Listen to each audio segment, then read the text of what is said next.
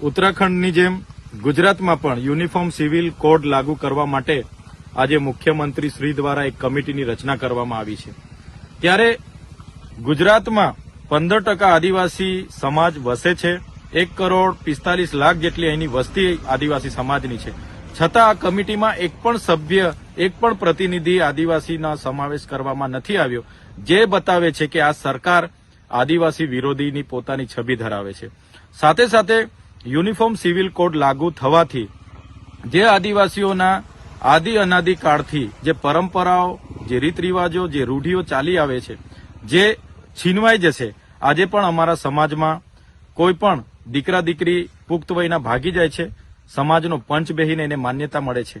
કોઈ વિધવા કે વિધુરને પુનઃ લગ્નની માન્યતા મળે છે, બહુપત્નીત્વને માન્યતા મળે છે, કોઈનો મન મેળાપ નથી થતો એને છૂટાછેડાની પણ માન્યતા મળે છે, કોઈને દીકરી છે એના ઘર જમાઈ કરીને એને ઉત્તરાધિકારી નક્કી કરવાની પણ માન્યતા અમારા સમાજમાં મળે છે। ત્યારે આ યુસીસી લાગુ થવાથી આ સમગ્ર બાબતો નષ્ટ થઈ જશે।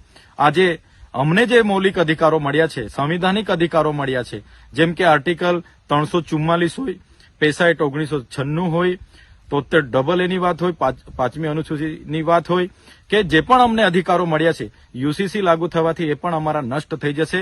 જળ જંગલ જમીન પરના અમારા અધિકારો, ખનીજો પરના અધિકારો, વન અધિકાર અધિનિયમ 2006ના અધિકારો પણ આ યુસીસી લાગુ થવાથી અમારા નષ્ટ થઈ જવાના છે। ત્યારે અમે ગુજરાત સરકારને કહેવા માંગીએ છીએ, યુસીસીમાંથી આદિવાસી સમાજને બાદ રાખવામાં આવે એવી અમારી સ્પષ્ટ માંગણી છે। અને જો યુસીસીમાં આદિવાસી સમાજને સમાવવામાં આવશે તો આવનારા દિવસોમાં સરકાર સામે અમે ખૂબ મોટું આંદોલન લઈને ઉતરીશું અને અમારા અધિકારો, અમારો અસ્તિત્વ, અમારી સંસ્કૃતિને બચાવવા અમારે સડકથી લઈને સદન સુધી સરકાર સામે અમે લડીશું। અમે સરકારને સ્પષ્ટ કહેવા માંગીએ છીએ, અમે આદિ અનાદિ કાળથી વસનારા અમે મૂળ માલિકો છે।